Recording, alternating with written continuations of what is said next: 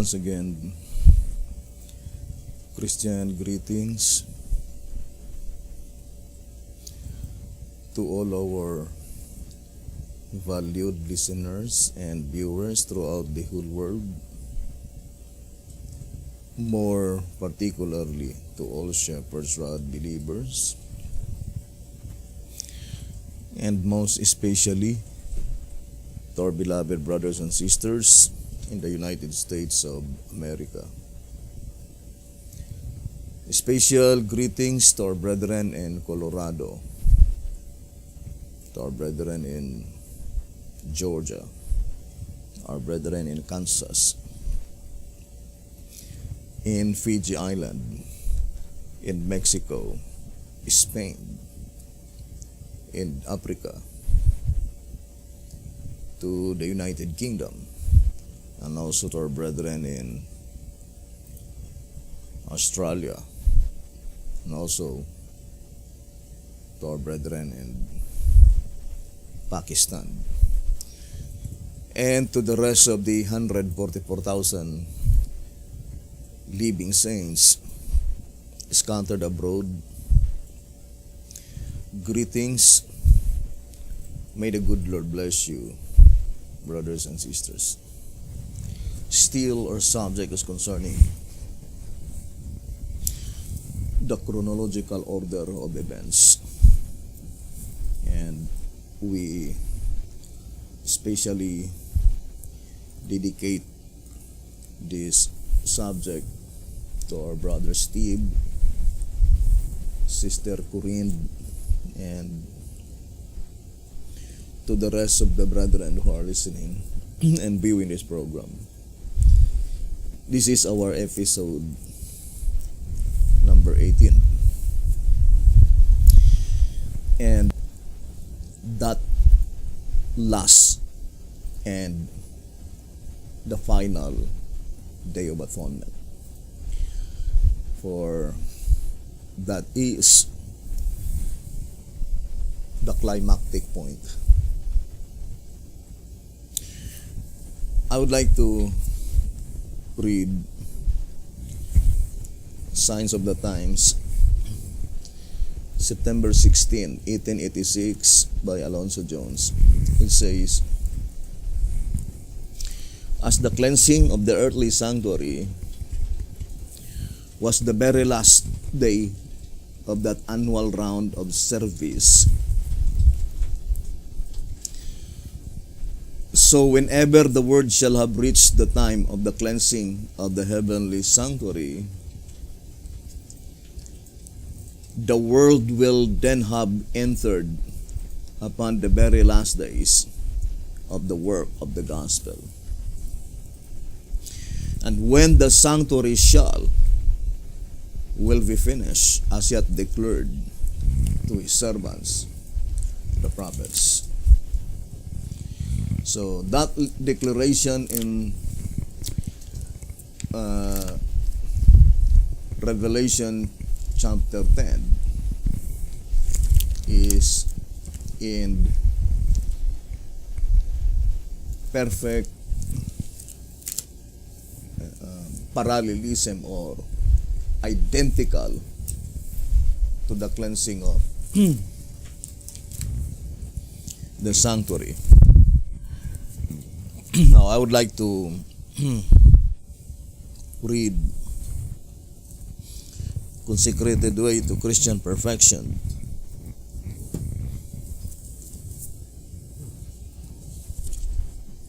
on page 113. It says, "The cleansing of the sanctuary and the finishing of the mystery of God are identical as to time, and are also so closely related as to be practically identical in character and event." Now, I would like to read again that statement saying that the last message of the third angel, if you still remember that quotes that we read,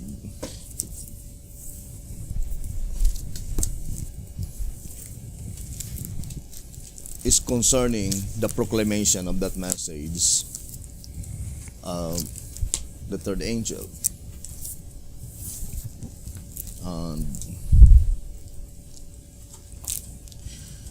And Revelation chapter 10.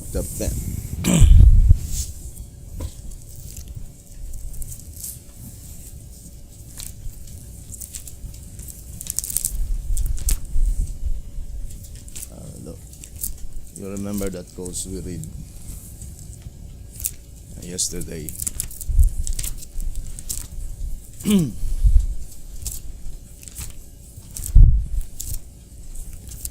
The message of that third angel is connected with the last message, the seventh angel. So I will no longer find the quotation.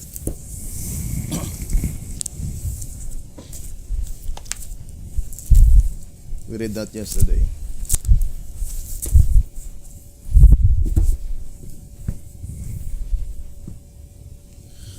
So, let's read the statement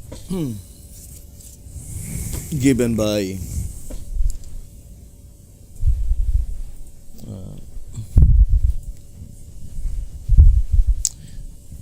from Advent Review Sabbath Herald.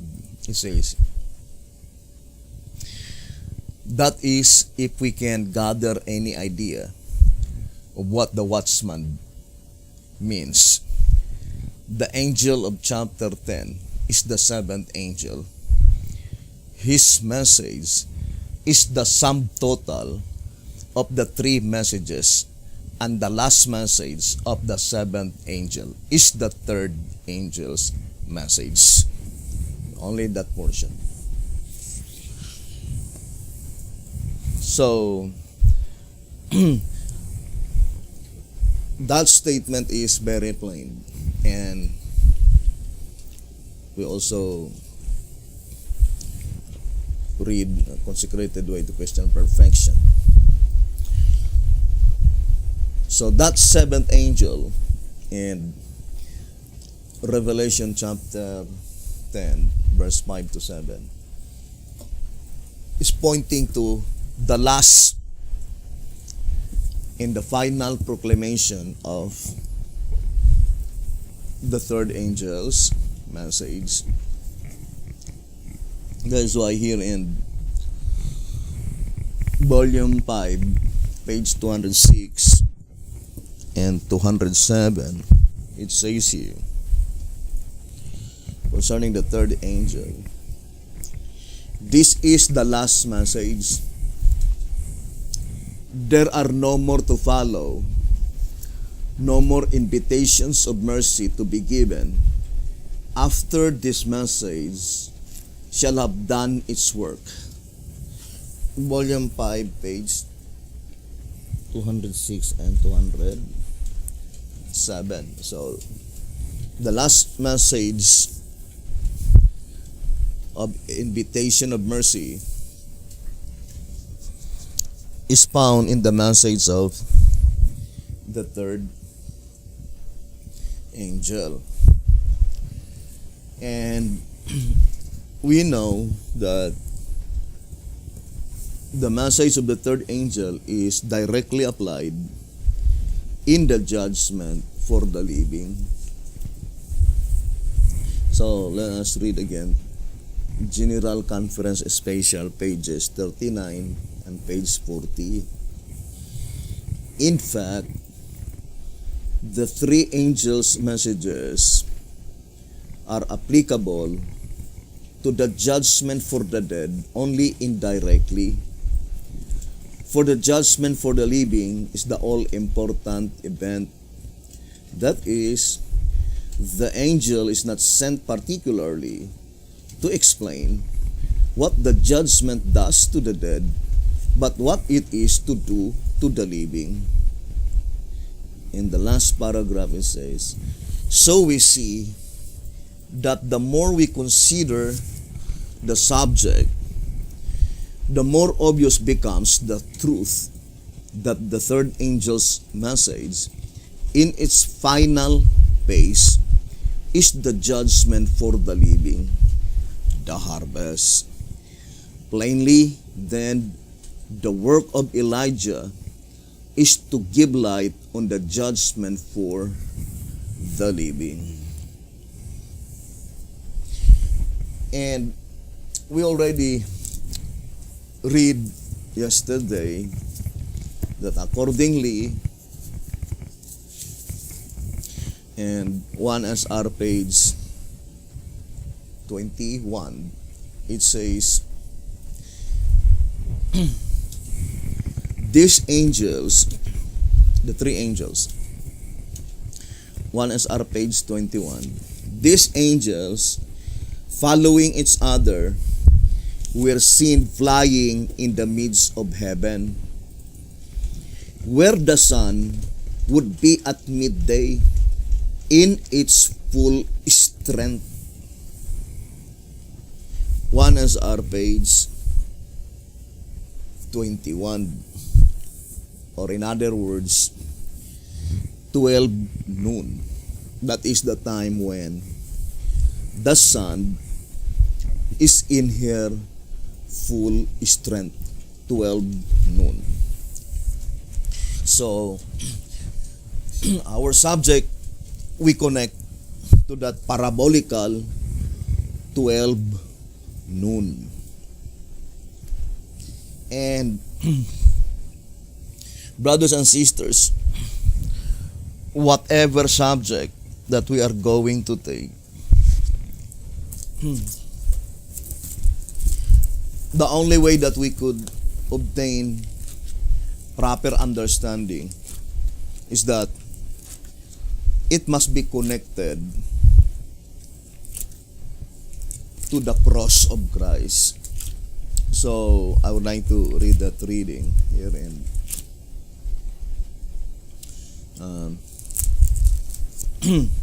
written by Alonzo Jones. It says,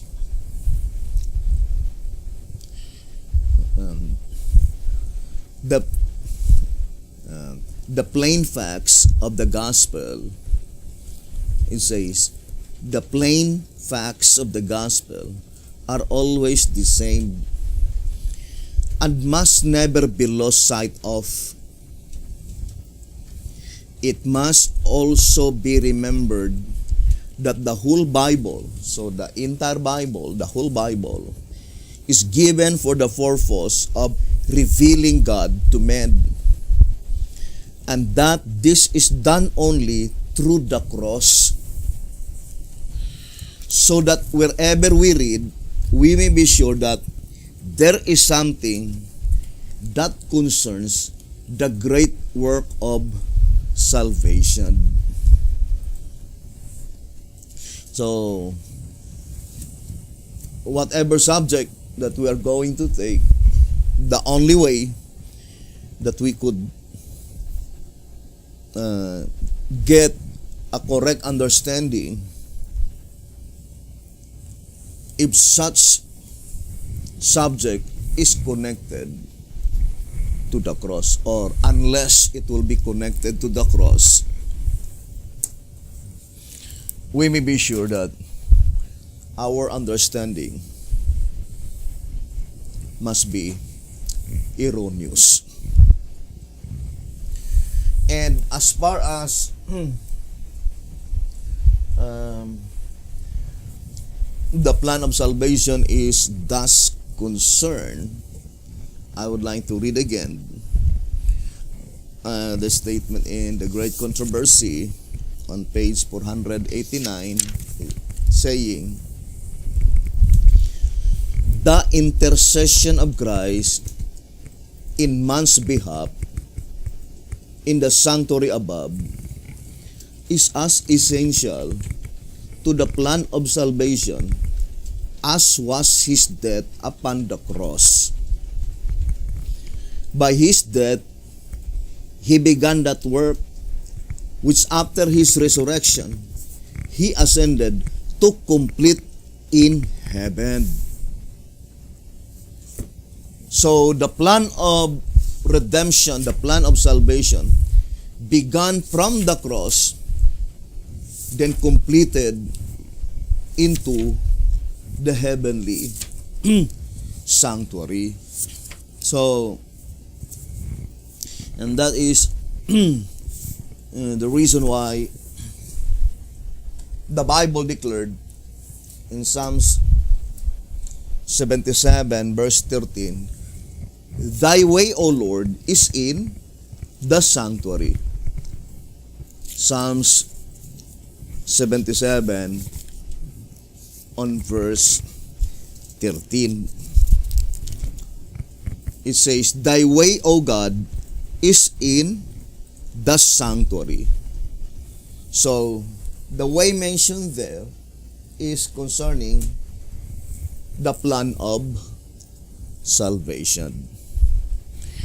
The shepherd's rod declared clearly that through the sanctuary construction and service is revealed the plan of salvation. 2SR page 187. So, the entire subject, brothers and sisters, concerning the plan of redemption, it must be from the cross, from Calvary to the heavenly sanctuary. So, the cross must be the center of attraction, according to 2SR page 142. It says, the symbol reveals that God has had only one church, one truth in all ages, and that the cross of Christ is the only center of attraction. 2SR 142. So the only center of attraction must be the cross of Christ, or that crucifixion. Brothers and sisters, the day by which Jesus Christ, that great sacrifice, had been offered on Calvary. So, since our study, we focus our attention to that parabolical 12 noon, or in the ancient time piece of clock, that is 6 hour. But in our modern time piece of clock, that is 12 noon, or midday, when the sun is in her full strength. And concerning that parabolical 12 hour, brothers and sisters, that subject is found in the parable in Matthew 20. That subject is found in Revelation 14, the three angels' messages. And that 12 hour is found also in Revelation chapter 12, the woman which is clothed with the sun, in her the sun, when the sun is in her full strength. And that subject is also connected to the subject, the fifth trumpet. So we have 4 subjects to consider concerning this parabolical 12 hour, brothers and sisters. Now let us read again the statement here, and 2SR 238. So let's read the statement. 2SR 238. The 12th hour on the dial to the left represents sunrise, and on the right, sunset. The 6th hour in the light part, noon, and 6 in the dark part, midnight. The message at the 6th hour by Miller is called the midnight cry. So the message that had been proclaimed by William Miller is called the midnight cry. And it was proclaimed on that parabolical hour, 6th hour. And it says, because it corresponds with that of Enoch. Say Jesus, and at midnight there was a cry made, behold, the bridegroom cometh. Go ye out to meet him. Matthew 25 verse 6. The 6th hour in the light part stands also as noon, when the sun is in its full strength. So the same with the description we read on the three angels' messages, right? It says, the Bible began to rise at the 12th hour, and when the message by Miller was preached, represented by the 6th hour call, both Old and New Testament had been compiled and published. Thus, it also denotes midday. So, to repeat again, the same description of the three angels' messages, when that message will swell into a loud cry. And it was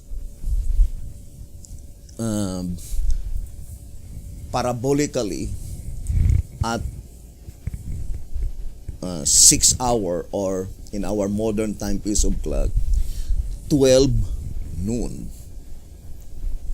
brothers and sisters. So in this instance, we do fully believe that the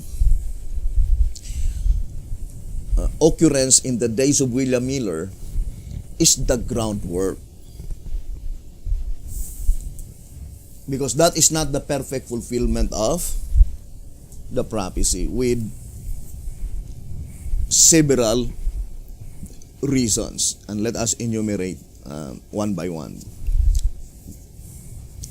In track number 5, page 34, it says, fulfilled prophecies are seen therefore to be employed by the scriptures only as groundwork for that of prophecy which is yet to be fulfilled. Why is it that God employed groundworks? According to track number 5, page 32, in order to lay the necessary foundation upon which to build the future. Track number 5, page 32, in order to lay the necessary foundation to build the future, or the particular object in view. Now let us now ascertain clearly what year by which the 6th hour, represented by 12 noon, is struck. So let us read White House Recruiter. Here on the White House Recruiter, on page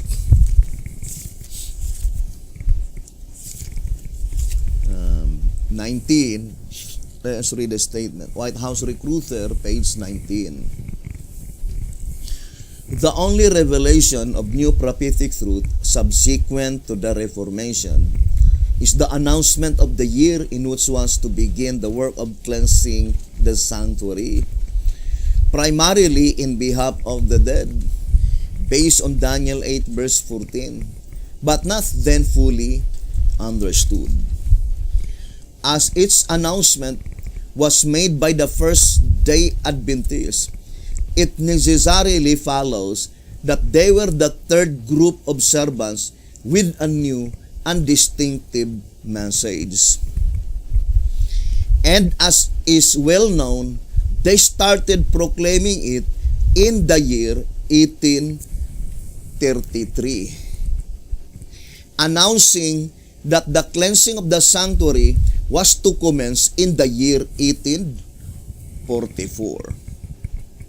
Thus, in 1833, the clock of parabolic time struck the hour of 6. What specific year by which the parabolic time struck the hour of 6 or 12 noon? Very plain in that reading in White House Recruiter, page 19. 1833. Now, let us study Matthew 25, then connect to the trumpets study. Concerning the parable in Matthew 25, that is the only parable by which you can read the midnight cry.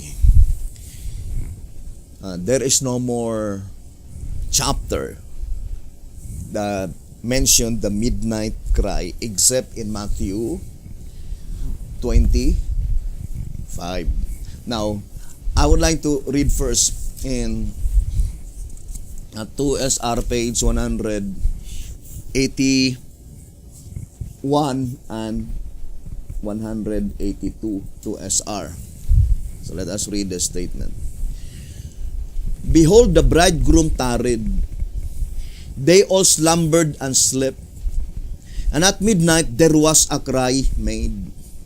Behold, the bridegroom cometh. Go ye out to meet him. Then all those virgins arose and trimmed their lamps. Note that they slumbered and slept before the cry was made.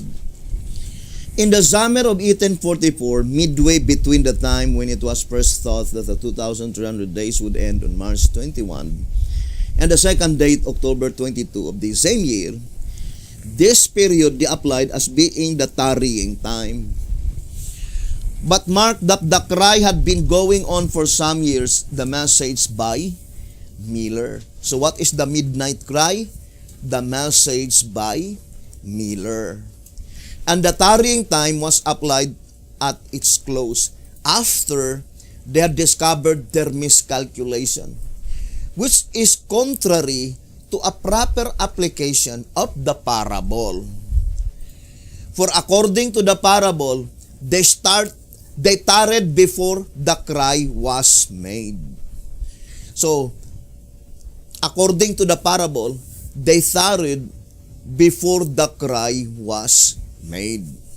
Then it says, therefore the tarrying time must be the judgment for the dead.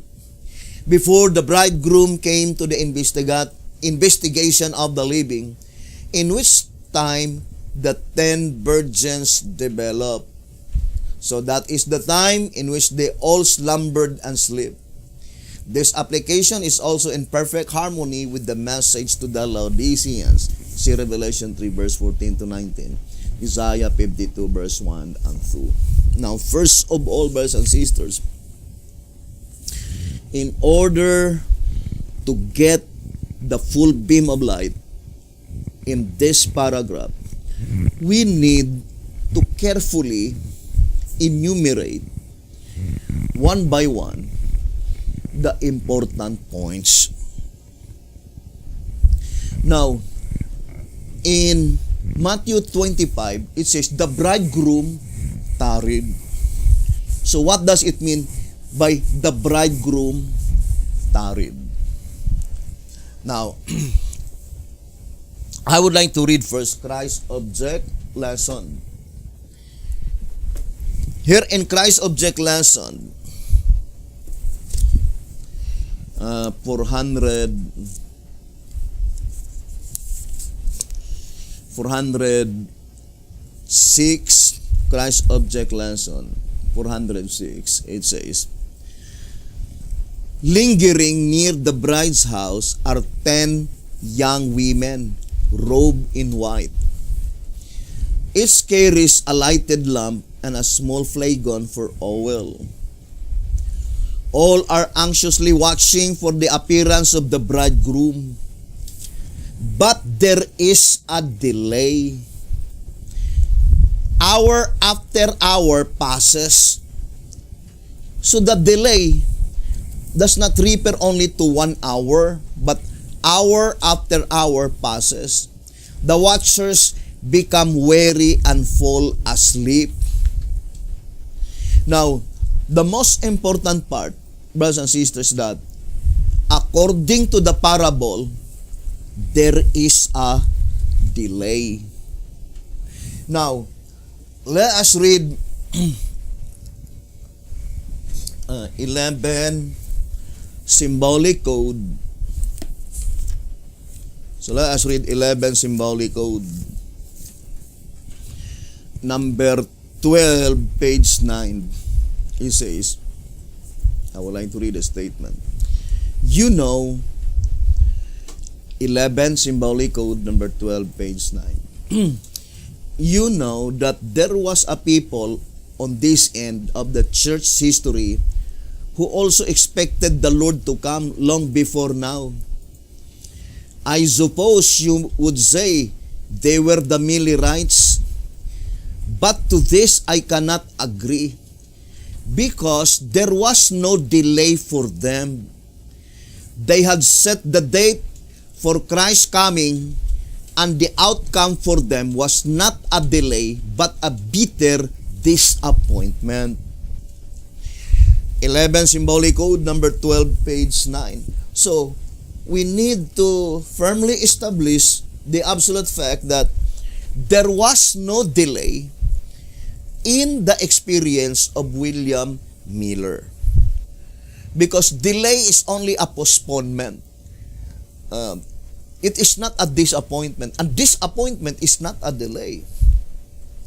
So, the shepherd's rod is very plain in 11 symbolic code number 12, page 9, that in the experience of William Miller, there was no delay.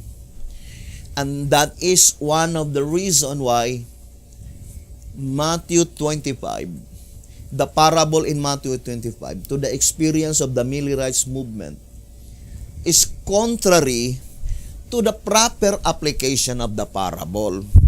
Because the proper application of the parable, whoever that people, it was predicted beforehand that they will experience delay, brothers and sisters.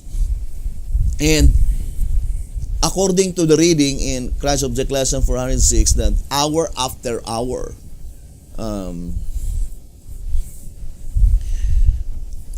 they were waiting. Every hour they were waiting, but it was prolonged.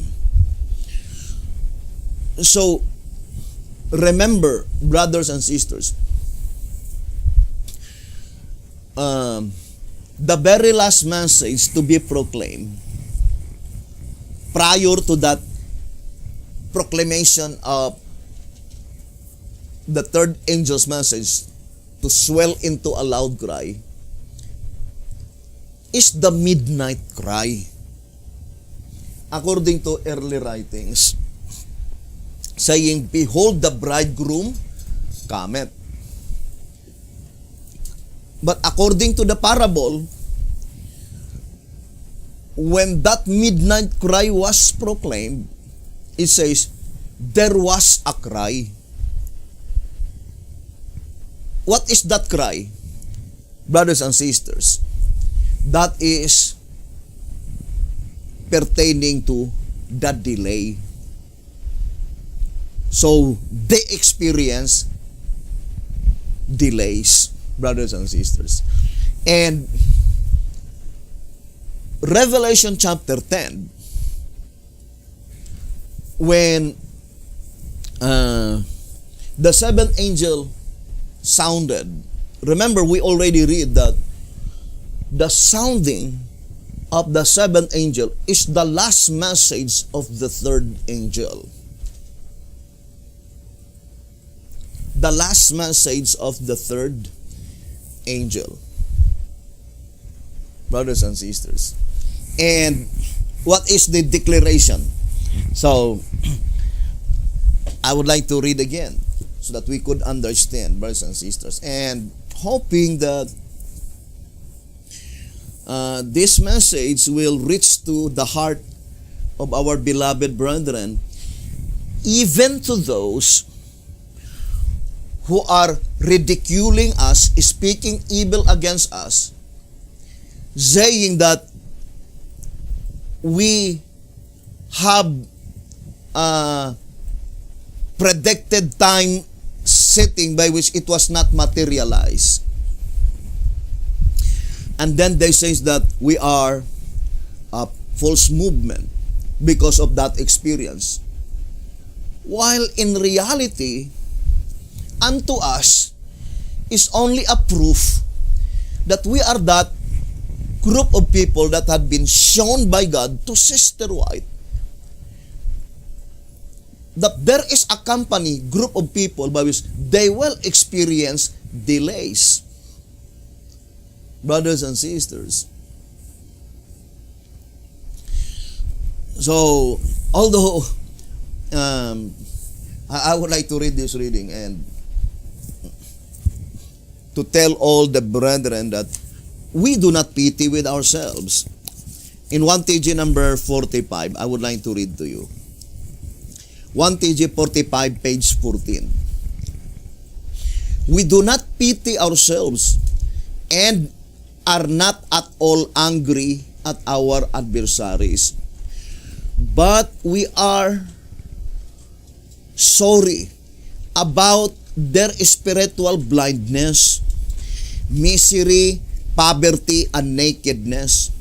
For we know that the coming joy is to be ours, and the sorrow and shame and gnashing of teeth theirs.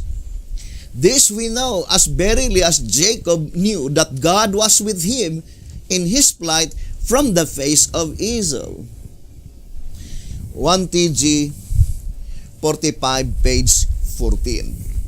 Now, I would like to read again this reading, brothers and sisters, and consecrated way to the Christian perfection on page 105 and 106. And this is also closely connected to Revelation 6 verse 6. So, the more we repeat it, I know, the more it will become clearer and clearer. Now here in Consecrated Way to Christian Perfection, 105 and 106, it says, and this, as we have already quoted, is itself according as he hath declared to his servants, the prophets. It is not alone the prophet of Patmos who declared that in this time, even now in our day, the mystery of God should be finished. For when the angel of God made this proclamation in the vision of the prophet of Patmos, he had already and long before declared the same thing to his servants, the prophets. And we would like to prove to you that that servants mentioned here is Daniel, Ezekiel, Isaiah, Habakkuk, and with all others. And we will read that one by one. It says, and this proclamation on Patmos was only the declaration of the angel that which God had long before declared to his servants the prophets, should now surely be accomplished, and that with no more delay. Every English teacher understood the word no more. The word no more indicates that there was a period of time by which there is a delay. But the time came when the seventh angel begins to sound one of the prominent messages that he had declared is that there will be no more delay. And then it says, the full proclamation of the angel is this: and the angel which I saw stand upon the sea and upon the earth lifted up his hand to heaven, and swear by him that liveth forever and ever, who created heaven and the things that therein are, and the earth and the things that therein are, and the sea and the things which are therein, that there should be time no longer, meaning delay. No more delay, brothers and sisters. But in the days of the voice of the seventh angel, when he shall begin to sound, the mystery of God should be finished, as he hath declared to his servants the prophets. Revelation 10, verse 5, 6, and 7. Now, ponder deeply, brothers and sisters, because it is a little bit deep subject, but for me, it is a very precious message, brothers and sisters.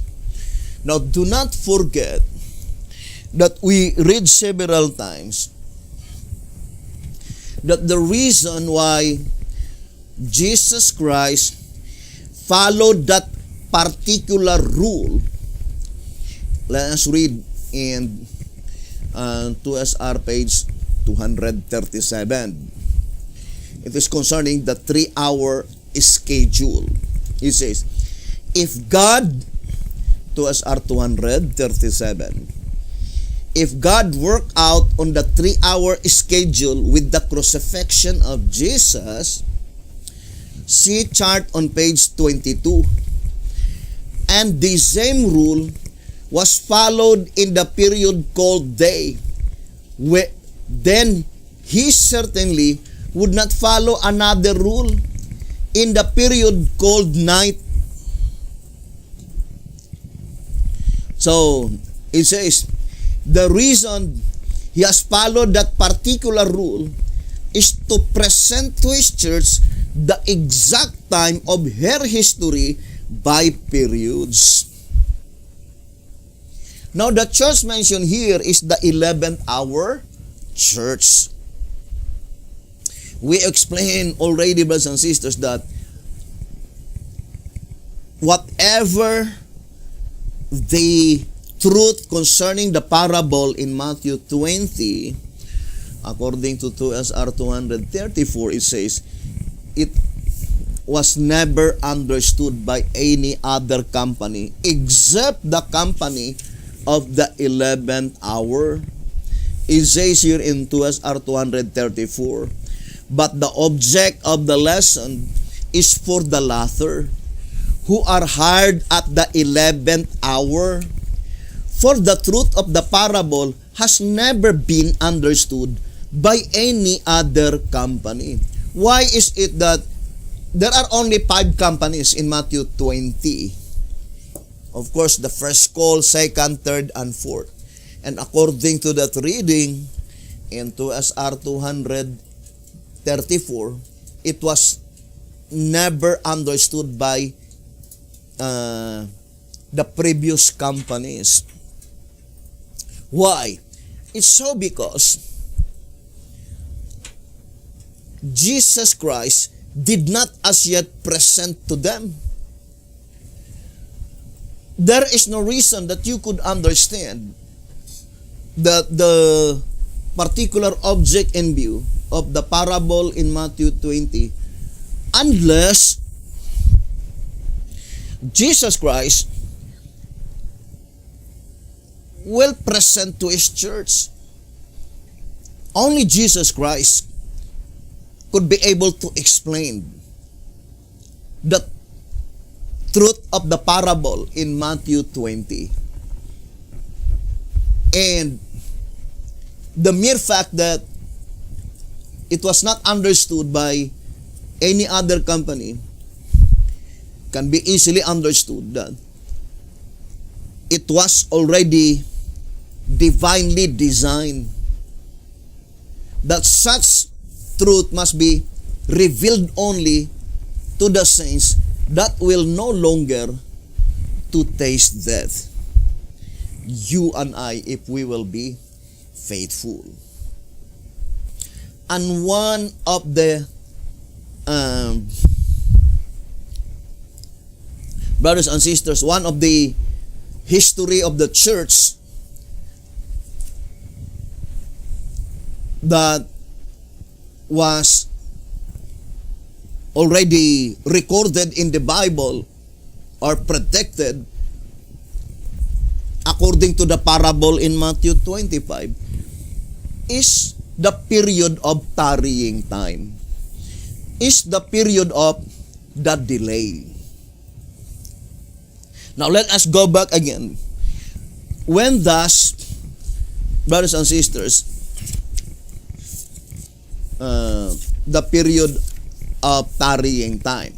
Now let us read 2SR 182. It says, therefore,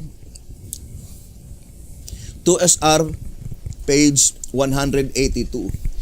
Therefore, the tarrying time must be the judgment for the dead before the bridegroom came to the investigation of the living, in which time the 10 virgins develop. When thus, brothers and sisters, the tarrying time will occur during the period of the judgment for the dead. During the judgment for the dead, according to the reading. 2SR page 182. In the mere fact that in Christ Object Lesson, page 406, it says, hour after hour, indicates that that delay is more than one. Some of the Bebians says that several times they set the date and it was not materialized. But this is one thing that we would like to testify to all the people throughout the whole world. Before the appointed time is come, God already gave us correction. Our experience is not the date passed and then we change the date. No, that is not. Because the illustration of the delay is that, for example, I would like to illustrate to you. Just a simple illustration.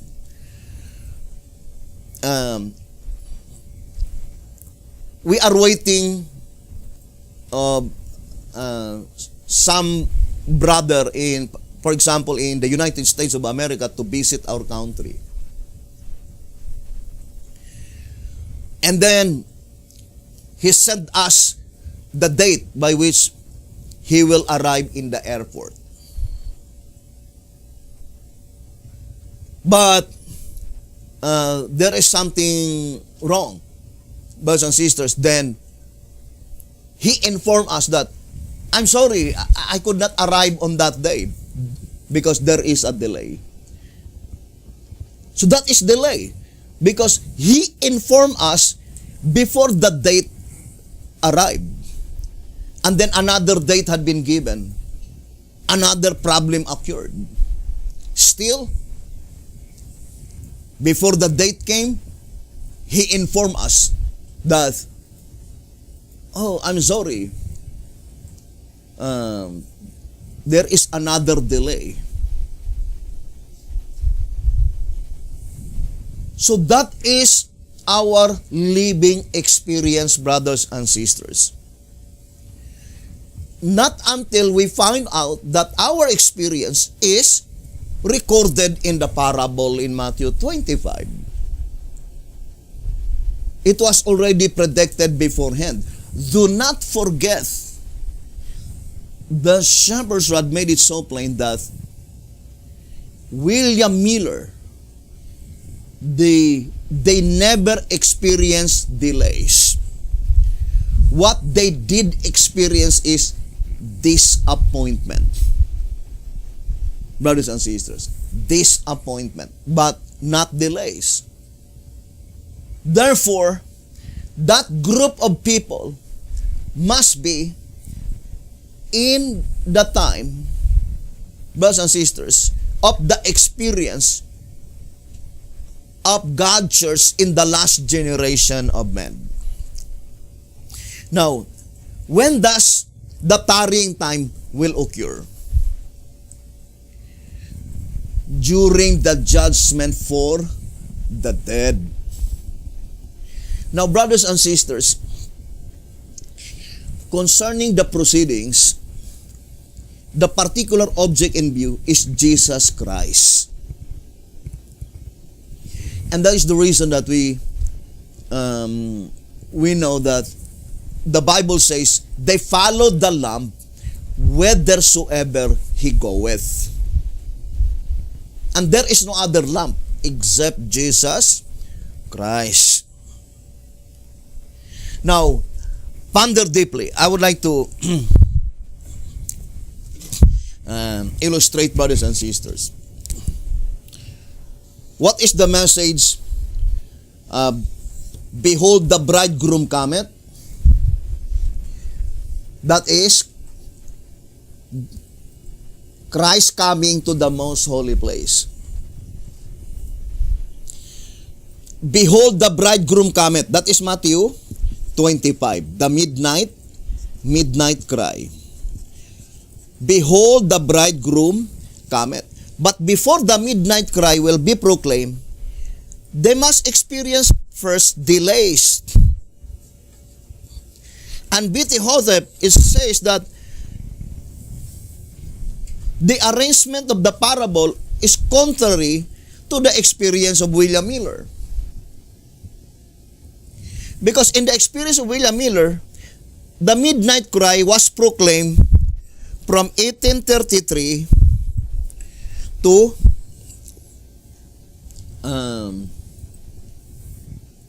August 21, 1844. And the delay is from August 21, 1844 to October 22, 1844. According to our reading in 2 SR 181 and 182. Contrary to the proper application of the parable. Because in the proper application of the parable, the tarrying time comes first before the midnight cry. So there are two cries. The cry before the midnight cry and the midnight cry. And that is why at midnight it says, at midnight there was a cry. It did not say that at midnight there is no cry. But the description in the Bible saying at midnight there was a cry. And what is that cry? The message of delays. There are delays, brothers and sisters. And that is the experience of God's people in the last generation of men. Remember, brothers and sisters, what period of time by which the tarrying time will occur? To SR 182, the judgment for the dead. Judgment for the dead. That is very plain. But it's easy to understand, brothers and sisters, that the judgment for the dead is the proceedings in the holy place. Although there was also proceedings in the holy place in this period of time, from October 22, 1844, I would like to place here up to 2011. But the focal point is Jesus Christ. Because in this period of time, Jesus Christ is in the most holy place. It is easy to understand.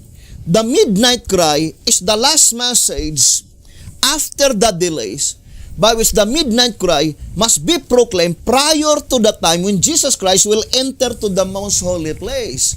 Because the coming of the bridegroom is Christ coming to the most holy place. If the midnight cry must be proclaimed when Jesus Christ was not as yet in the most holy place, therefore the delays as well must be in the time when Jesus Christ is not as yet in the most holy place. And that is why in this study, the perfect fulfillment of Matthew 25, behold the bridegroom cometh to the most holy place, that is the second coming of Jesus Christ to the most holy place.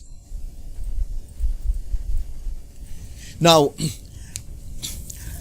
I would like to connect on the subject of the trumpets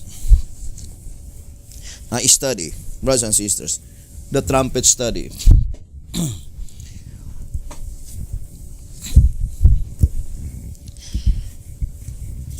We already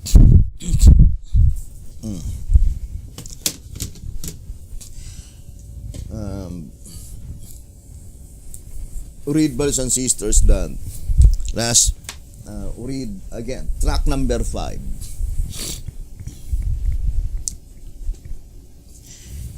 Here in track number 5 on page 78, it says, in coming from the golden altar, the command, loose the 4 angels, shows that the 6 trumpets sounded sometime before the veil to the most holy apartment of the heavenly sanctuary was lifted. But B.T. Hotep is talking to the primary application of the sounding or the sounding of the 6th trumpet. It says, otherwise the voice would have come from the throne, the most holy place. Now, what is or who is the focal point here? Jesus Christ. It is the voice of Jesus Christ that give the command to the angel to loose the 4 angels. To loose the 4 angels which were bound in the great river Euphrates. But let us not focus that part. The point that we need to focus our attention is that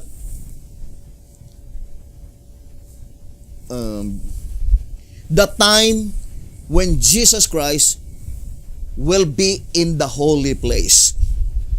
We have the groundwork. Jesus Christ entered to the most holy place in October 22, 1844. But that is the first coming of Jesus Christ. Our subject is pointing to the second coming of Jesus Christ.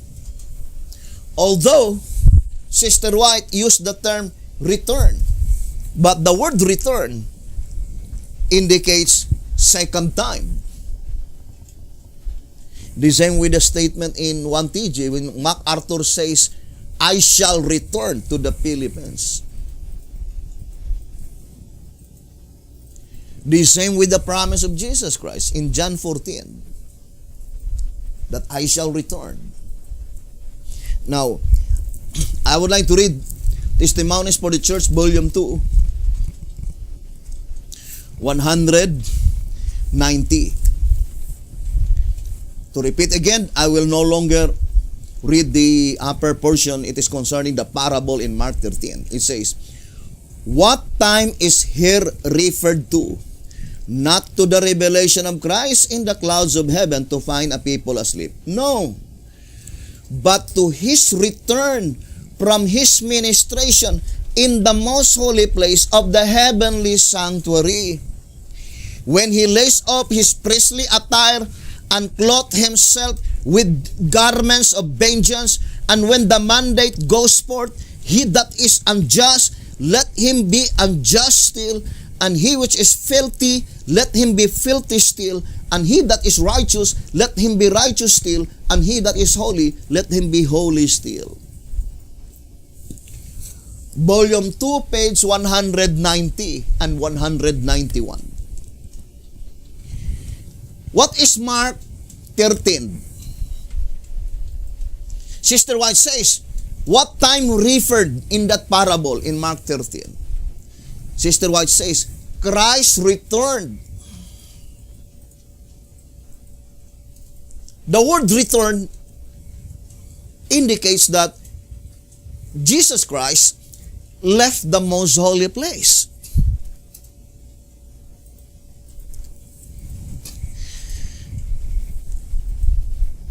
I would like to connect to you. May the good Lord bless us in this study. May the good Lord help us. Here in track number 5, page 109, it says, the investigative judgment of the dead consequently takes place in the heavenly temple only, whereas the investigative judgment of the living takes place in the heavenly as well as in the earthly temple. While the records are being made up for the books in the heavenly, the people are being investigated for the separation in the earthly. Matthew 22 verse 11 to 13. See Malachi 3:1 to 3. And as the measuring is figurative of the same work, then it leads to the conclusion that the temple, the altar, and them that worship therein must figuratively represent the three classes to be judged. Who are they, the temple? Those who died in the first seal, second seal, third seal, fourth seal, and fifth seal. Who are they, the altar? Those who died under the sixth seal. The last seal that pertains to the dead. 2SR 202. Who are they, the worshippers? The 144,000 living saints. Although it was stated in these pages, track number 5, 109 and 110. But just to minimize the time. The great multitude, they will no longer be judged. They will no longer be measured. The absolute question is that, where? Is it in the most holy place?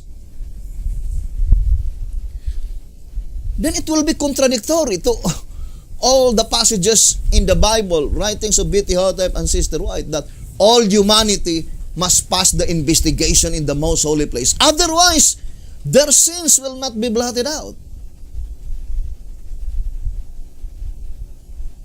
So the only investigation by which the great multitude will no longer pass is in the holy place. What is the investigation in the holy place? Casting out the bad fish. Casting out, I would like to read here in casting out the bad fish, meaning blotting out of names.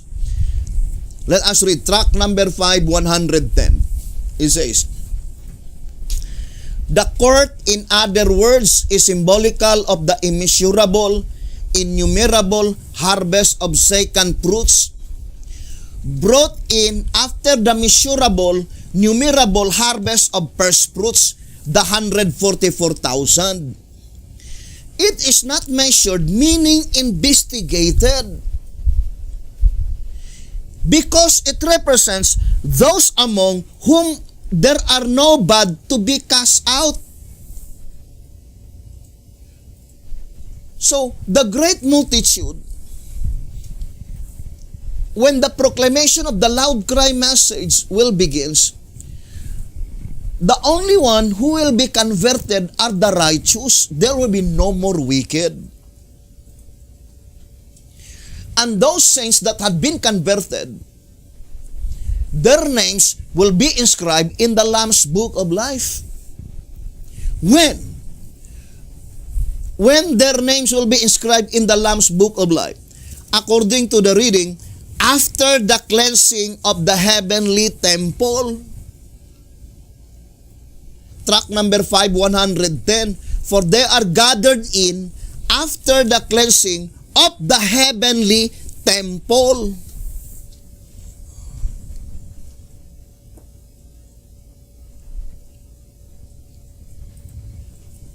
Now, brothers and sisters, it is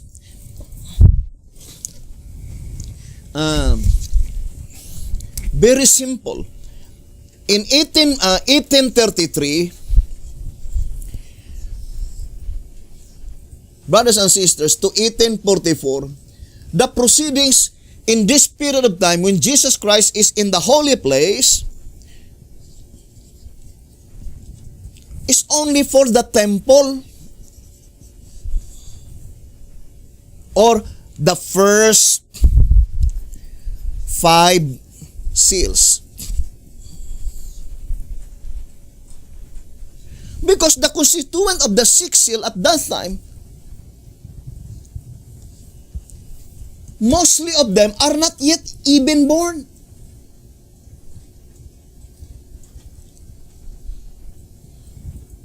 So, this is the investigation of the temple. But how about the investigation of the altar and the worshippers? So, that is the time, brothers and sisters, 2011 AD. The blotting out of sins, those who will be resurrected at the second visible coming of Jesus Christ is finished. Then Jesus Christ entered to the holy place. Brothers and sisters, that is from 2011. How do we know this?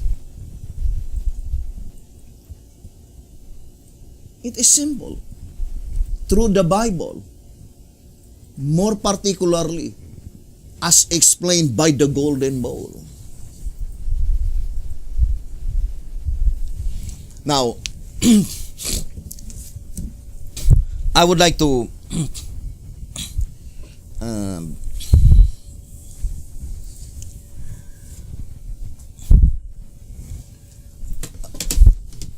read the statement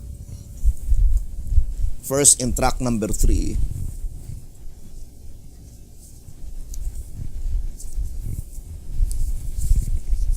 Here in track number 3, on page 72, it says,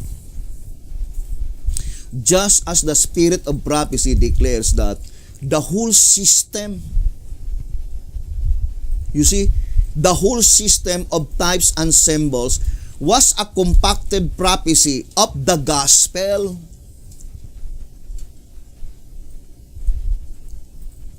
A presentation in which were bound up the promises of redemption. Just so the plan of salvation is unfolded not only in the testimonies of the prophets and in the parables of Jesus Christ, but also in the types and symbols of the earthly sanctuary.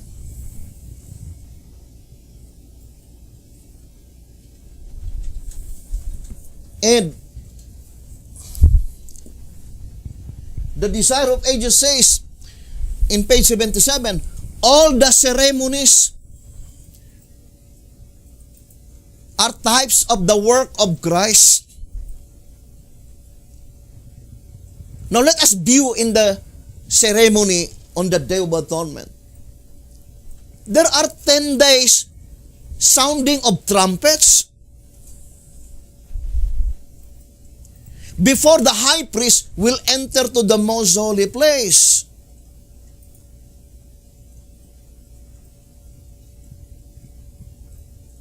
So it is not just a mere happenstance, but purposive design, that the first application, brothers and sisters, must be to William Miller. 10 days equivalent to 10 years. 1833 to 1843. 10 years.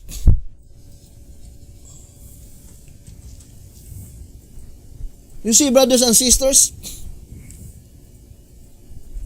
And then, behold, the bridegroom cometh to the most holy place.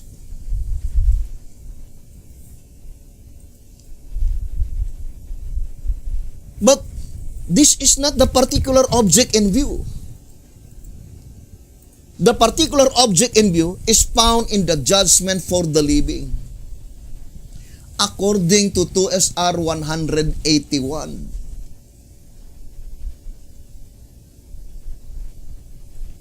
Now, how do we prove to you that it must be 2011 that Jesus Christ was already in the holy place?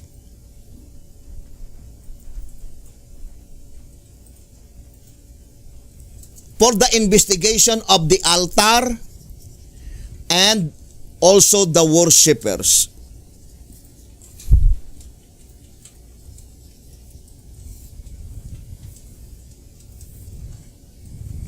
We can prove to you, brothers and sisters, with many infallible proofs. Many infallible proofs. Now, I would like to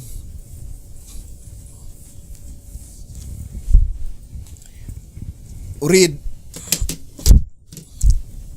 2 SR 220.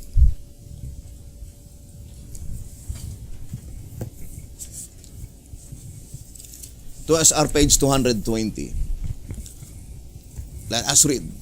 Is there any way whereby we can determine the time of the opening of the seal and the commencement of the judgment for the living? If God so faithfully revealed to the living the commencement of the judgment for the dead, it cannot be possible that He would keep secret the time of the judgment for the living. Then it says, if He did, we would have no present truth in the time of the last seal. Neither could there be justice in such secrecy, nor could such judgment be legal. Therefore, a revelation of the judgment for the living is of as great importance as the revelation of the gospel itself. For the judgment blotting out the sins is the crowning act in the gospel of Christ. What does it mean by crowning act? That is granting of rewards.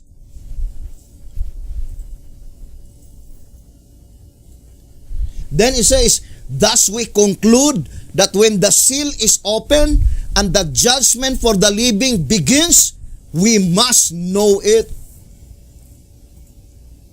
The day of atonement in its type proves the same, for the Israelites were well informed of the event, their duty, and the consequence. Now, it is perfectly corroborating to the statement in 2 SR 164.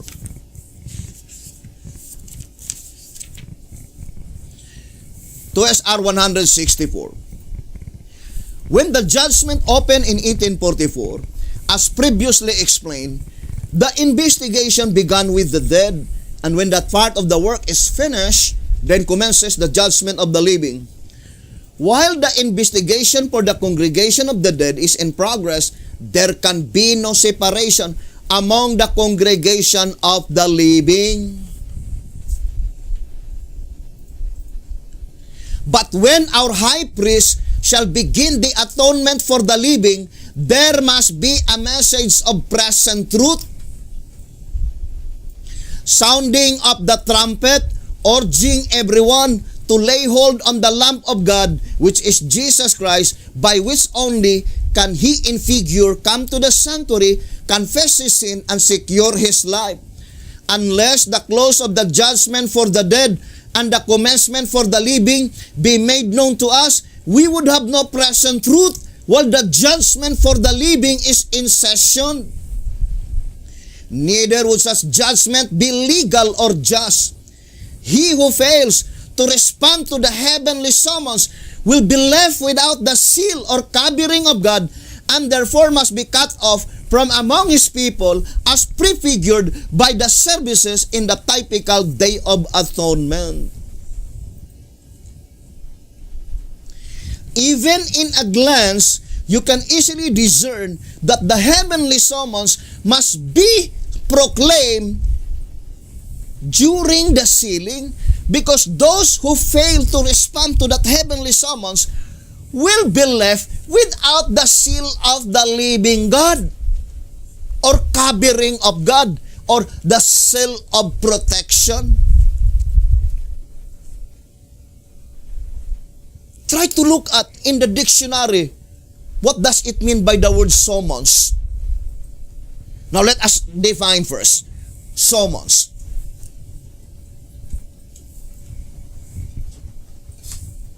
Because that is the only way that we could understand. There must be an illustration on earthly occurrences. There's a difference between summon and summons.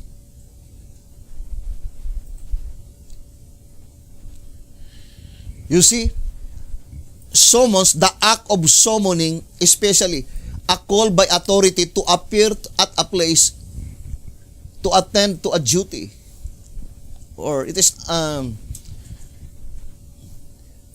notification to be served on a person as a warning to appear in court as a day specified to answer to the plaintiff. Or in other words, summons that is a letter issued by the presiding judge at chamber. And there is no such summons by which the specific place are not mentioned and the specific date are not mentioned.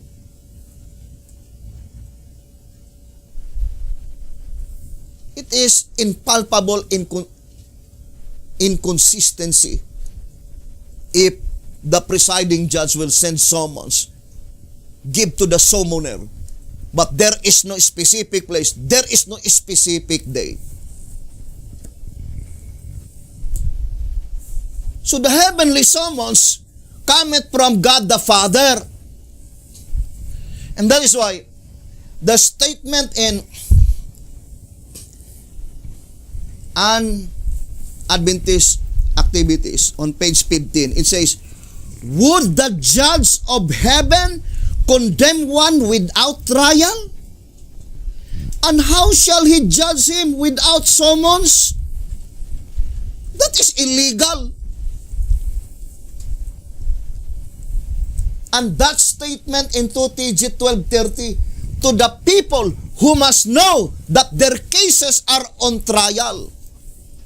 How will they know? I remember the statement, the same statement in Adventist Activities. It says here, page 15, and how will he judge the living?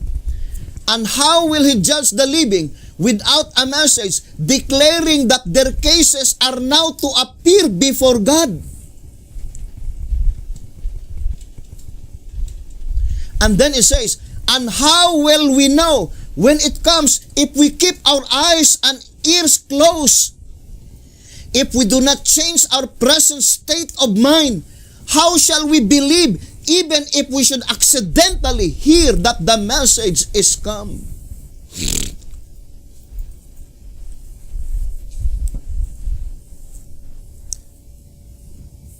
And that is the determined effort of the devil to keep God's people in darkness And in White House Recruiter, page 32, it says, what is more damaging darkness than he could seek them in an ignorance of the things that God want them to know, that their cases are already on trial. In track number 3, page 54, it says, for when a person's case are pending and he is unaware of the fact, he cannot be able to stand. But brothers and sisters, the shepherd's rod made it so plain. In 2TG number 12, on page 29, it says, the revelation, moreover, in the following verses, again and again, endeavors to make us see that the event there portrayed is the judgment in session. Fear God and give glory to Him, for the hour of His judgment is come. And I saw thrones, John declares, and judgment was given unto them. Revelation 20 verse 4.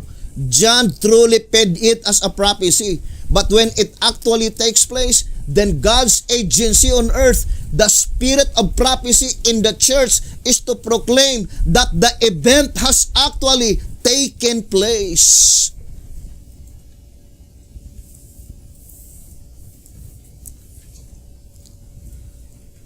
The spirit of prophecy, that is the prophetic gift.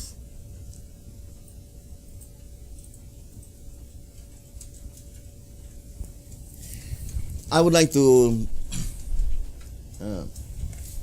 read 2SR.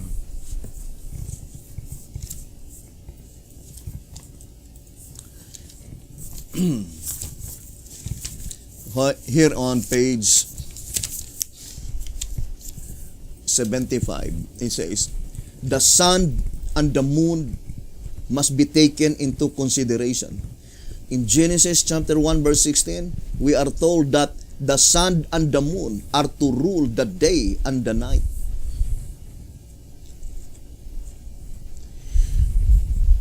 To SR page 75. Now, ponder deeply, brothers and sisters. I would like to read another statement on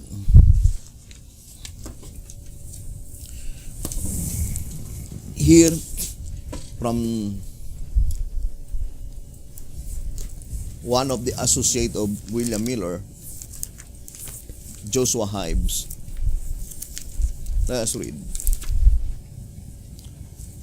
It says, Joshua Hibbs, I am inclined to believe that those who watch for the day and hour will understand both before they arrive. Paul says, Hebrew 10 verse 25, exhorting one another, and so much the more as ye see the day approaching, which seems to imply that it may be seen before it actually arrives.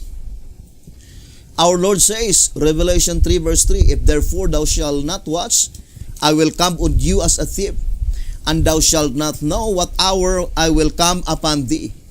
Which implies that if we will watch, we shall know what hour. It appears to me probable that the blowing of trumpets in the 7th month, in the first day of the month, Leviticus 23 verse 24, is to be understood as a type of something that is to occur on that day, which will be a signal to those who are watching to show them that the 7th month has commenced. It may be the literal sounding of the 7th trumpet. So it is pointing to the 7th trumpet in Revelation 10. If not that, something that God's people who are watching will understand and they know for a certainty when the 10th day is. Now, I will give you just a simple formula to find out the Day of Atonement. Just a very simple formula. And in this study, brothers and sisters, the statement in 2SR is even reality. 2SR page 229. That it is God who invented that modern science of technology to build speedy equipment. The same in White House Recruiter on page 36.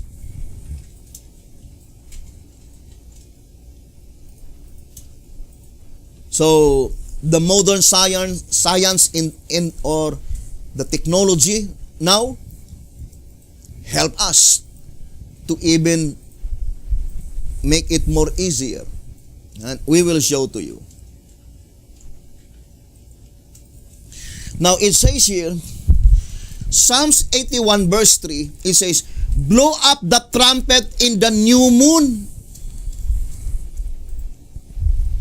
the first day of the 7th month, in the time appointed on our solemn feast day. I think that blowing of trumpets means something that we shall very soon understand. The Lord help us to stand on our watchtower. So Psalms 81 verse 3 is easy to understand. God controls the moon. And it so happened that 1,000 years ago, God already gave the sign that one of the infallible proof that the computation of William Miller is absolutely perfect because of the new moon.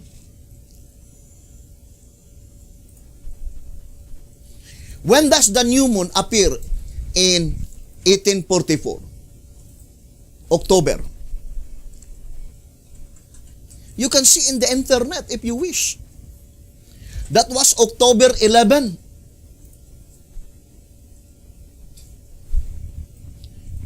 That was October 11, brothers and sisters. Is it here? Is it? Where's 11? Oh, where's 11? This one? I could no longer see. October 11, you can see new moon. So Psalms 81 verse 3, it says that that is the sign that God hath given to His people, pointing to the commencement of the cleansing of the sanctuary in October 22, 1844. Therefore, October 21, 1844, in Bible calendar, that is October 10, 1843. Now, let us go to time and death.com. October 20, use Bible calendar. Okay, October 10, 1843. You see, in Gregorian calendar, that is October 21, 1844. So October 22 is not a day of atonement. Otherwise, Jesus Christ will blot out the sins without passing investigation. Investigation will begin. The one that commenced in October 22 is the investigation.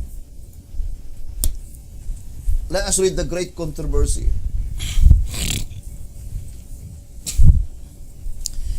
The Great Controversy on page 485.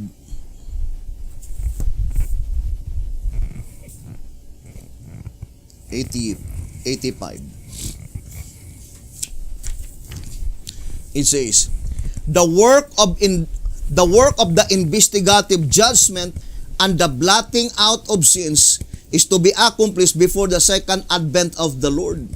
Since the dead are to be judged out of the things written in the books, it is impossible that the sins of men should be blotted out until after the judgment at which their cases are to be investigated.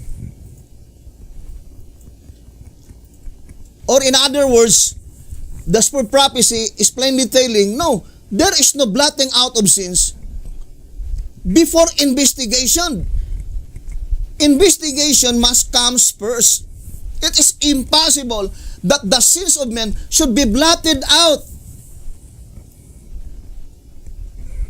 until after the judgment. So investigation must come first before their sins will be blotted out. That is the proper procedure in the proceedings in the most holy place.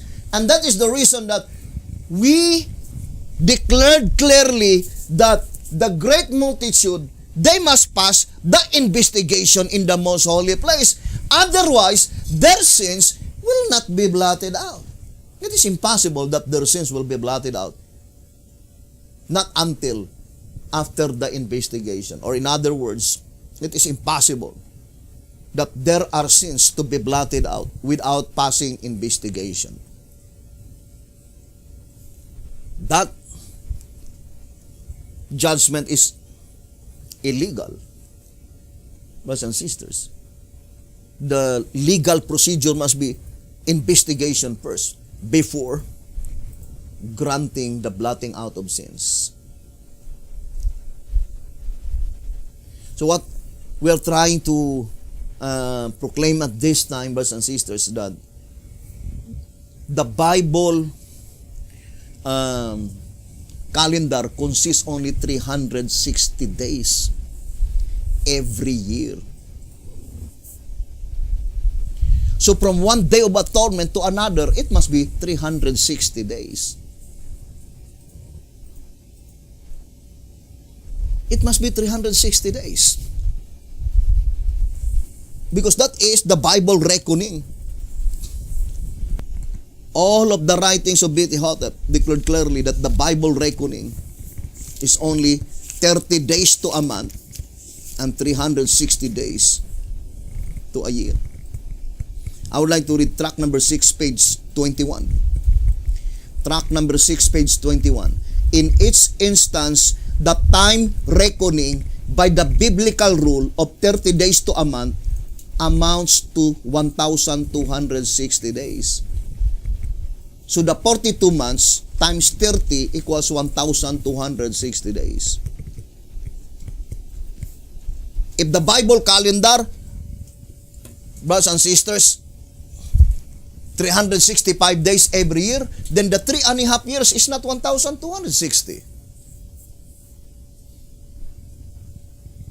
That is Gregorian calendar, 365 days every year, and every leap year, 366. But the Bible calendar, only 360 days every year.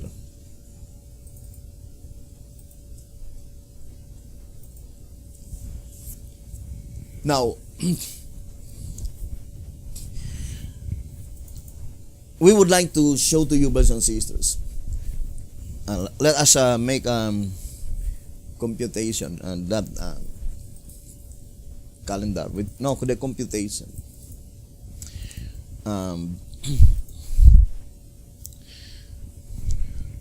October 10, 1843, Bible calendar. October 10, 1843. So you see, in Gregorian, that is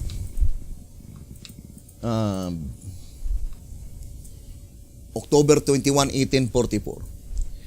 Up to October 10, 2021.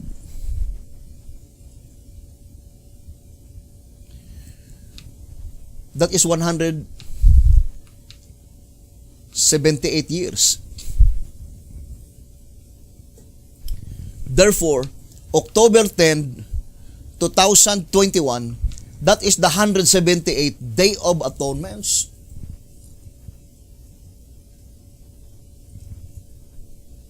From 1844.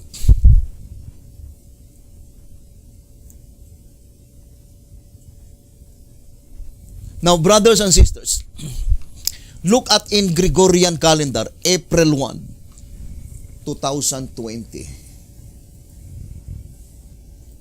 And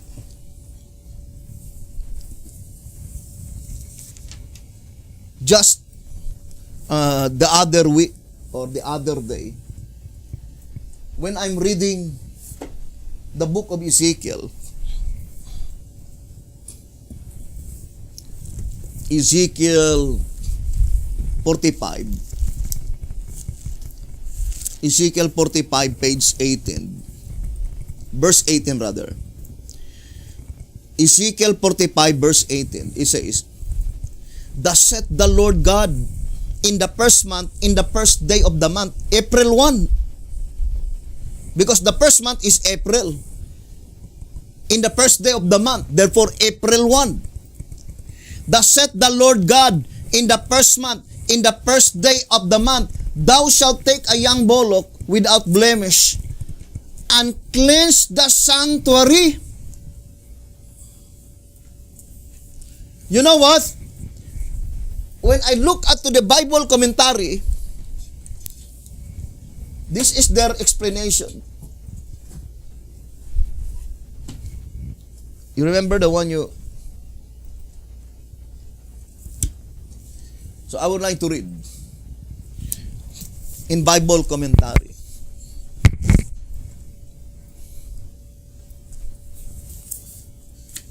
This is what they declared.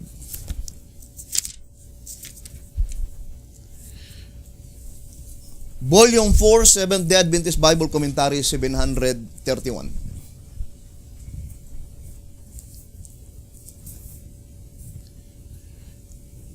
Ezekiel 45, verse 18. So this is their commentary.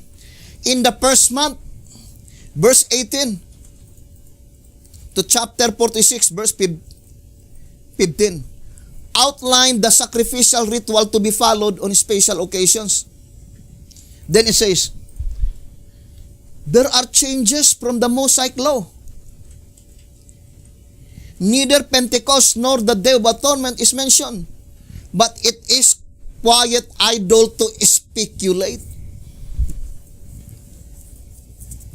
So, the Bible commentary, they themselves could not explain why is it that the prophet declared that the cleansing of the sanctuary should be on April 1. You can read the entire Bible right to SR 187. The only cleansing of the sanctuary is Day of Atonement.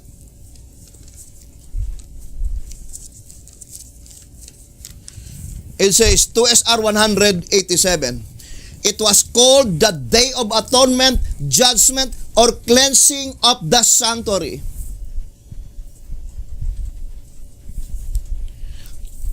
(218) Thus, the Day of Antitypical Atonement, Judgment, or Cleansing of the Sanctuary, as set forth in Daniel 8, verse 14.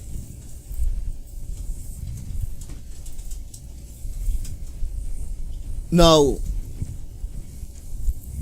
we fully believe that this is infallible proof. 1,000 years ago,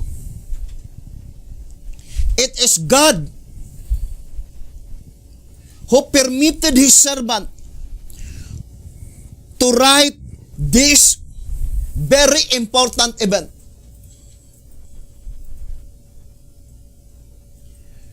That the cleansing of the sanctuary, which is the Day of Atonement, will fall in the Gregorian calendar April 1. That is the reason why this verse declared April 1, the cleansing of the sanctuary.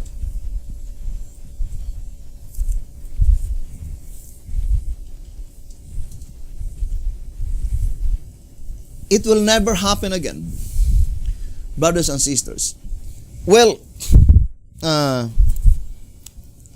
could no longer remember what year is that it will be repeated again.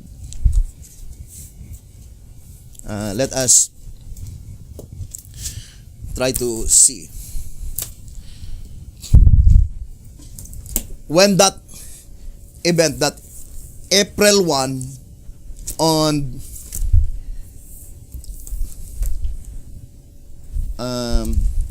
Gregorian calendar, in Bible calendar, it would be October 10. That is 2020. Then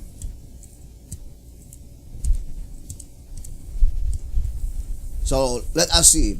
April 1, 7857. Gregorian.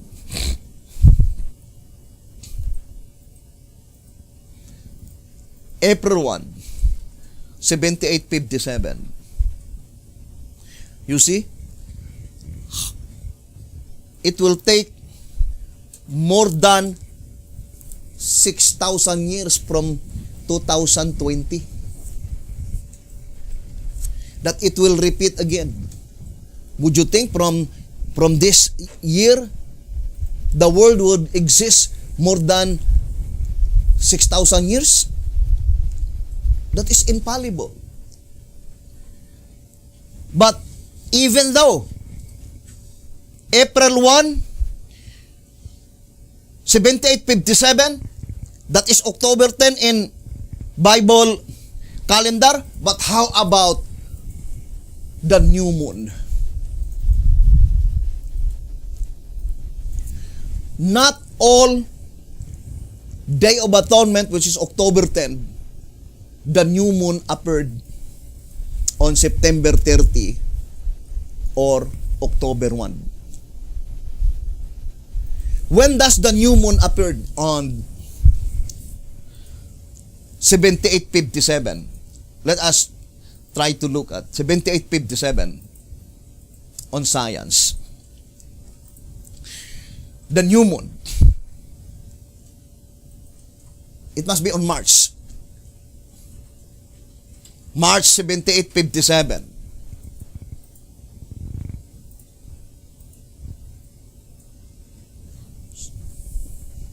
It's little dark. When will be the new moon appeared? What date? What date is that? Date? March 5? Oh, look at March 5. 5, 6, 7, 8, 9, 10, 11, 12, 13, 14, 15. So, April 1 is not the 10th day from the time when the new moon appeared. It is God who controlled the heavenly bodies, brothers and sisters. From 1844, only in 2020, that the Day of Atonement is the 10th day from the time when the new moon appeared. Let us go to 2020. When does the new moon appear? In March, on March 2020.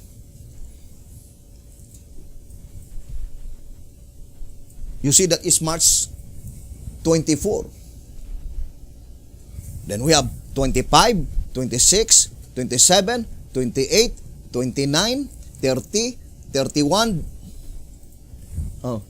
Is that 24, 25, 26, 27, 28, 29, 30, 31, 1 and 2. So April 1 and 2 is the 10th day of from the time the new moon appeared. The same in 1844. And would you think that is just a mere happenstance, brethren? No. It is God who gave that sign, brothers and sisters. Now, So we have already the absolute proof. Where is our proof that April 1, 2020 is predicted beforehand, that is the final cleansing of the sanctuary that pertains to the dead? Ezekiel 45 verse 18. All the Bible scholars, they could not explain why is it that prophet Ezekiel declared that the cleansing of the sanctuary will be on April 1.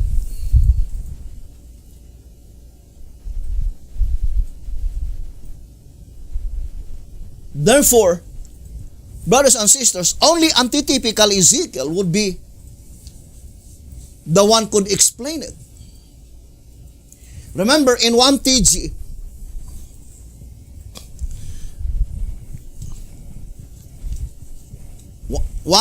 number 22, page 30, it says, aside from Ezekiel, God's mouthpiece, God delegates no other to be a watchman of the people.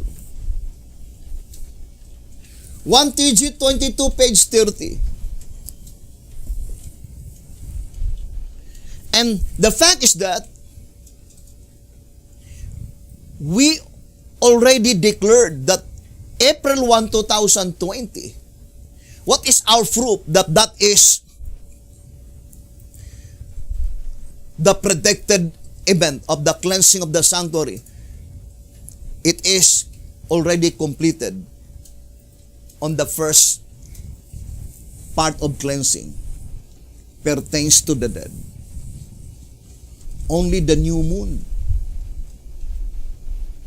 as stated in Psalms 81 verse 3, explained by God-inspired sermon, that Psalms 81 verse 3 is pointing to the Day of Atonement. So let us read Psalms 81 verse 3.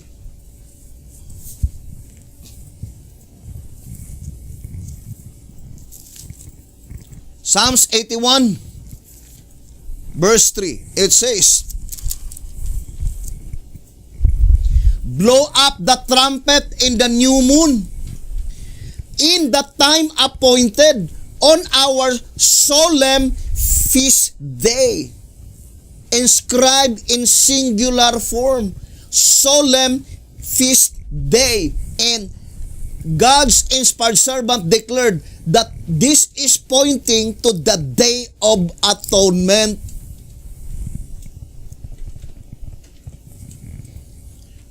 And to avoid confusion, God did not allow other Day of Atonements, that it would be the 10th day from the time the new moon appeared. But only from one new moon to another new moon.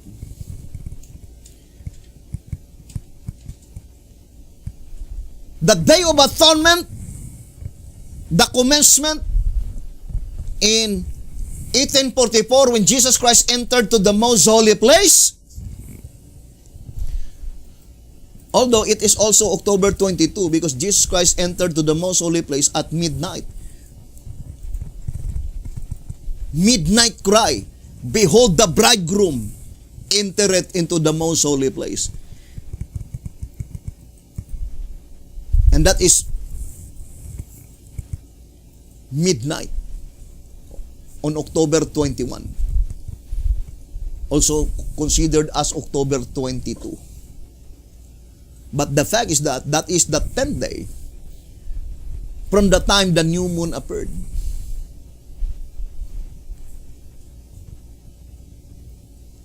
And we already explained to you, brothers and sisters, that the Bible calendar contained 360 days.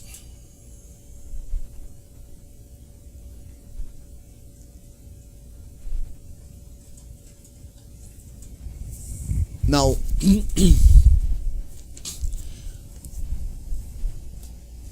we fully believe that Christ's illustrations are perfect.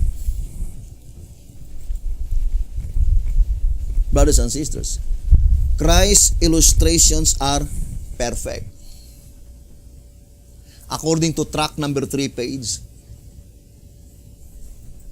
65. Now, we would like to show to you, brothers and sisters, this little diagram from one new moon to another new moon, 205.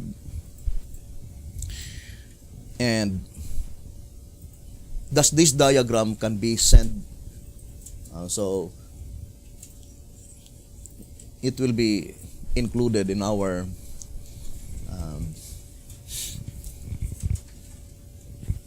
on the post. So here we show to you the 10 days. Right? From one new moon. So here you count 10 days, Day of Atonement. Also here, new moon. Then 10 days, then you have Day of Atonement. And it will never happen again. And that is the reason that it is infallible proof. Now, when would be the vernal equinox? So let us focus to the vernal equinox. Remember, only vernal equinox by which the day and night are equal. And in White House Recruiter,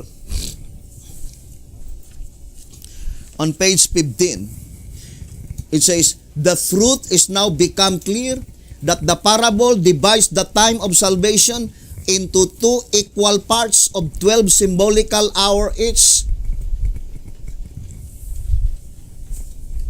So if you will say 2 equal parts, that is absolutely equal. 12 hours in the night time and 12 hours on the daylight, by which it is not true on the literal aspect, but rather only symbolically.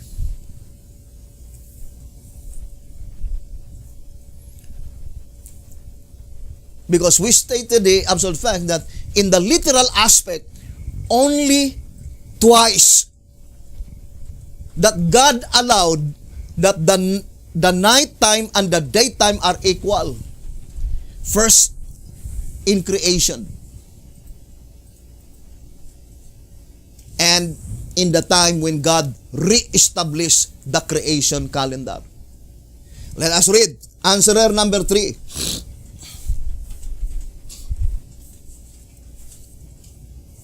It says here, answerer number 3, page 11. Thus was the Lord re-establishing the creation calendar, reaffirming that the year begins on the day of the vernal equinox, on which spring, the first season of the year, commences, and in which the sun and the moon were created, the 4th day from the beginning of creation. What is the 4th day? Sunday, Monday, Tuesday, Wednesday.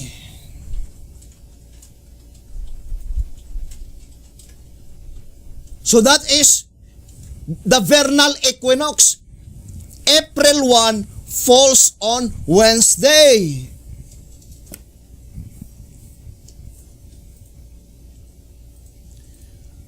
What day is that? April 1, 2020.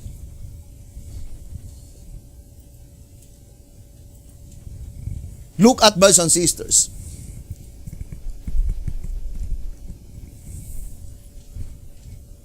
So, at least we have now three infallible proofs to prove that April 1, 2020 is predicted beforehand. That day of atonement, the close of the judgment for the dead. And April 2, 2020, the commencement of the judgment for the living, and we are now coming face to face this Day of Atonement, the last Day of Atonement in the holy place. blotting out of names under the congregation of the living, represented by the worshippers. Because the great multitude, there will be no more blotting out of names. That is why that is the last and the final day of atonement.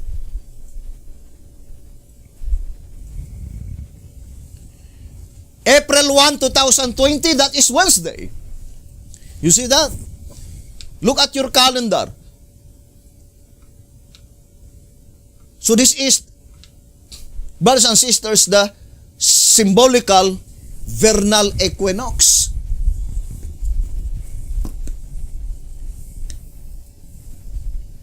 So let us now establish the absolute fact. It says here in answerer number 3, page 11, and so it is that the Passover, the Atonement, and the Feast of Tabernacles, the three most important feasts in the year, besides other feasts, are controlled by the solar year and by the lunar month, the weekly Sabbath, by the day on which creation began, and the year itself by the vernal equinox, the immovable signpost. Why is it that vernal equinox, that signpost, is immovable? Because it will never happen again. When it will be repeated again, that the Day of Atonement, October 10, in Bible calendar, in Gregorian, is April 1. When was that? 78.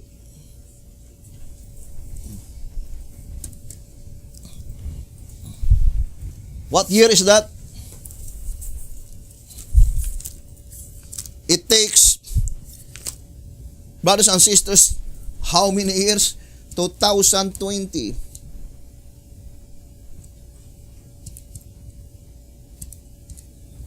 $78.57. 78.57. You see? 7,857 AD.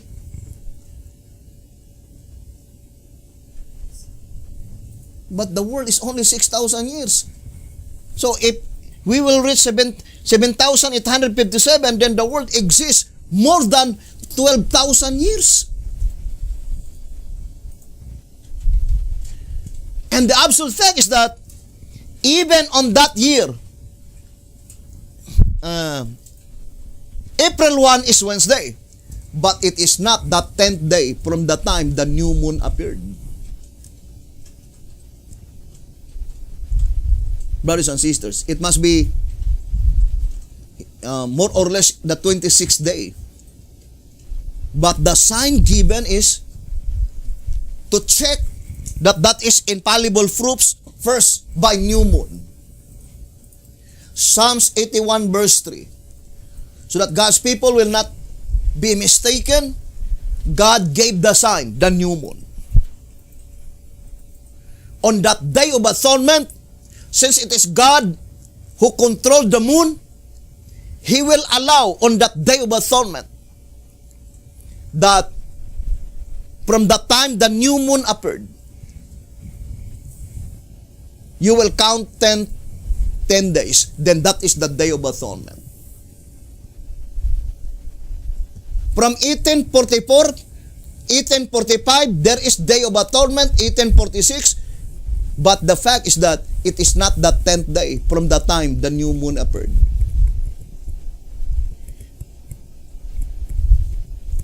Because God controlled the moon so that God's people will not be confused. So, first, before we found out that absolute fact concerning Psalms 81 verse 3, our basis only is the Bible calendar. That is our only basis. But it was firmly established when we found out that new moon, the second proof. But the third one is the vernal equinox. What is the vernal equinox? April 1 will fall on Wednesday. But we can easily understood that it could not be Bible calendar. Because there is no cleansing of the sanctuary. If the illustration in the Bible typify the work of Christ, therefore all the Day of Atonement in the heavenly sanctuary must be October 10. But miraculously, brothers and sisters, providentially, it was predicted beforehand. God knew it beforehand. In the time of Ezekiel, even before the Gregorian calendar did exist, God already knew beforehand that on that last and final Day of Atonement that pertains to the dead, so that God's people, the living, should understand that that is the time that their cases will be on trial. God permitted His servant Ezekiel 45 verse 18, that the Day of Atonement is on April 1. And all Bible scholars, what is their analysis? They say that in this verse, it seems that the Day of Atonement was changed to April 1. Brothers and sisters, there is no more Day of Atonement when probation closes, because the Day of Atonement, that is during provisionary time. And God is the one who established the ceremonial system. And why is it that they say that the ritual law had been changed? Because they could not explain why the prophet says that the cleansing of the sanctuary would be on April 1. And they say that it's hard to speculate. Why is it the prophet says that the cleansing of the sanctuary is on April 1? The cleansing of the sanctuary is on the Day of Atonement, and April 1 is not the Day of Atonement. But thank God, brothers and sisters, we have now 4 infallible proofs to prove that April 1, 2020 is the last and the final Day of Atonement that pertains to the dead. And on April 2, 2020, commenced the judgment for the living. But investigative. Because blotting out of names is not investigative. It is executive. Now, look at, brothers and sisters. Go back to our calendar. New moon to new moon. Look at this one. April 1, 1844. In Gregorian calendar, it is March 31, 1847. It seems 1 year from April 1 to March 31. But look at Bible and Gregorian calendar matches. 1846 Gregorian. April 1, 1846 Bible calendar Wednesday. April 1, 1846 Gregorian calendar Wednesday. That is infallible proofs. Brothers and sisters. And look at April 1, 1846, we called it vernal equinox. Symbolical vernal equinox fall on Wednesday.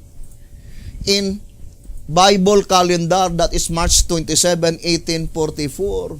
But in reality, that is only a prediction to the last and final Day of Atonement. That is March 27. Where's March 27?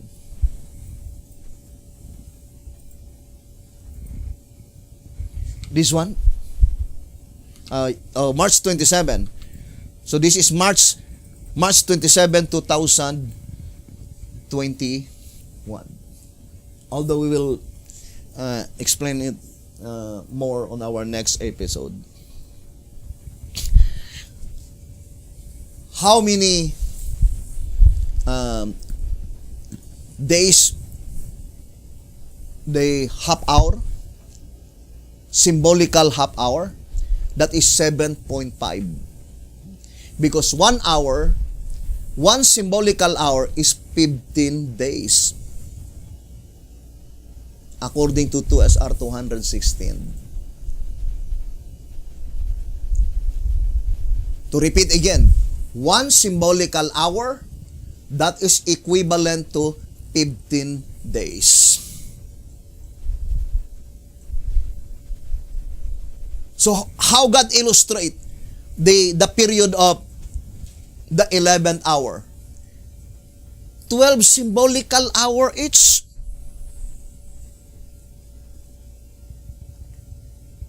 Equal.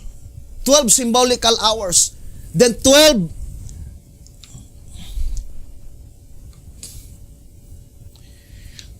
times 15. Because 1 hour is 15 days. That is 12 hours. 12 times 15. That is 180 days. Therefore, the 12 symbolical hours in its perfect fulfillment is 180 days.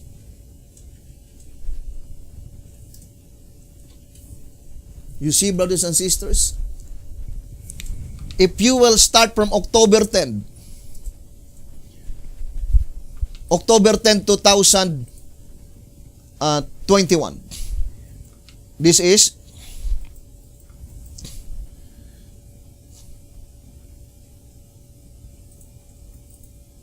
what day is this one? October 10 to 2021. This one, April 1, right? Wednesday. Now, brothers and sisters, you will count 180 days. You will fall on this Bible calendar, April 10. What is the equivalent in Gregorian?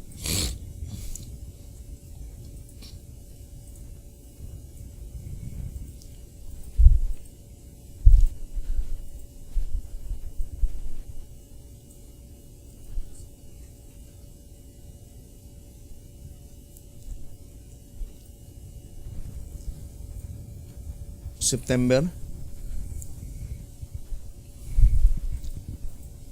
and that is Monday. Hello. September 28. But I would like to read to you another proof in answerer number 3.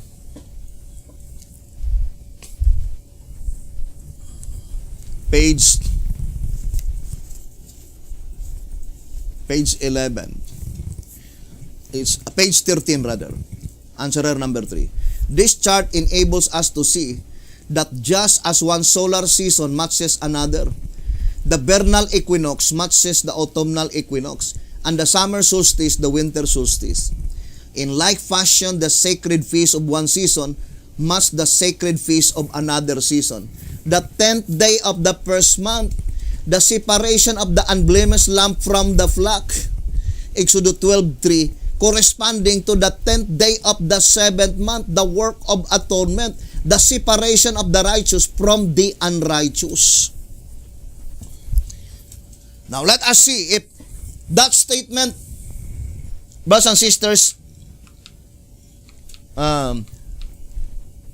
does not, that it is perfectly corresponds. April 10, Monday. Right? And let us look at October 10, 1843.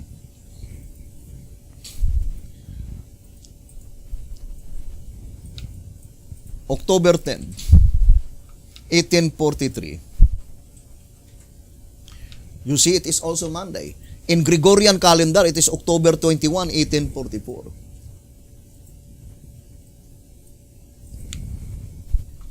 This one, October 10, Monday. Then let us go back to April 10. That is also Monday, brothers and sisters. They match because it is divinely designed. So, we will continue this subject, brothers and sisters, in our next episode. And still, we're not yet finished to illustrate the 12 noon or the 6th hour.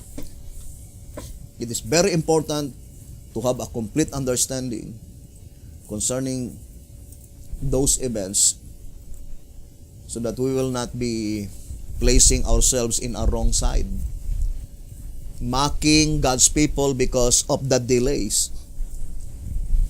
And we feel very sorry with those people, brothers and sisters, and hoping that God would help them. So here it says in track number 1, page 24, let each take heed that he fall not to criticize the message or the messengers. And that is very plain in Ezekiel chapter 12. Why is it that they criticize the message and the messengers? Because of the delays. They were speaking evil.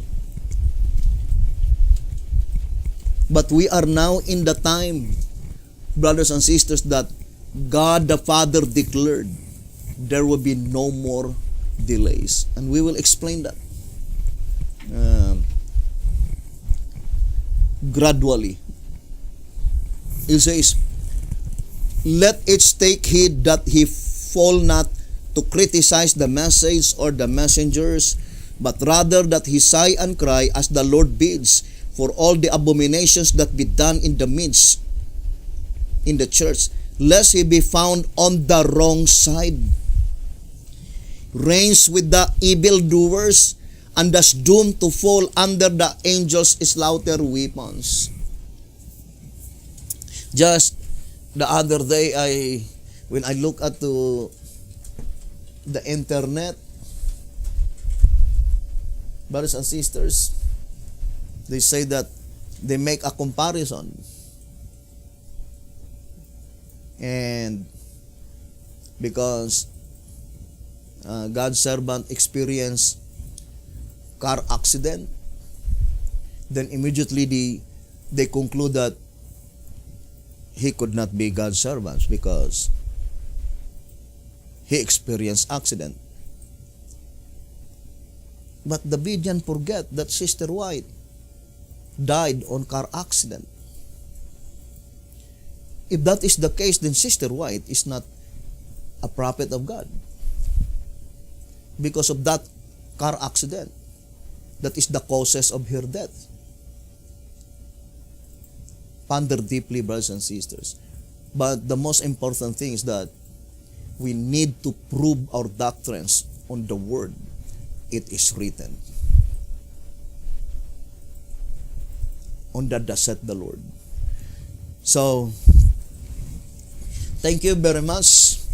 And 100% without any doubts, with the absolute facts, infallible proofs, we can shout clearly that this March 27, 2021, that is the final day of atonement, and after that day, after that time, great changes will happen. And hoping you will be among that names that will be retained in the Lamb's Book of Life. May the good Lord bless you and have a beautiful, wonderful evening.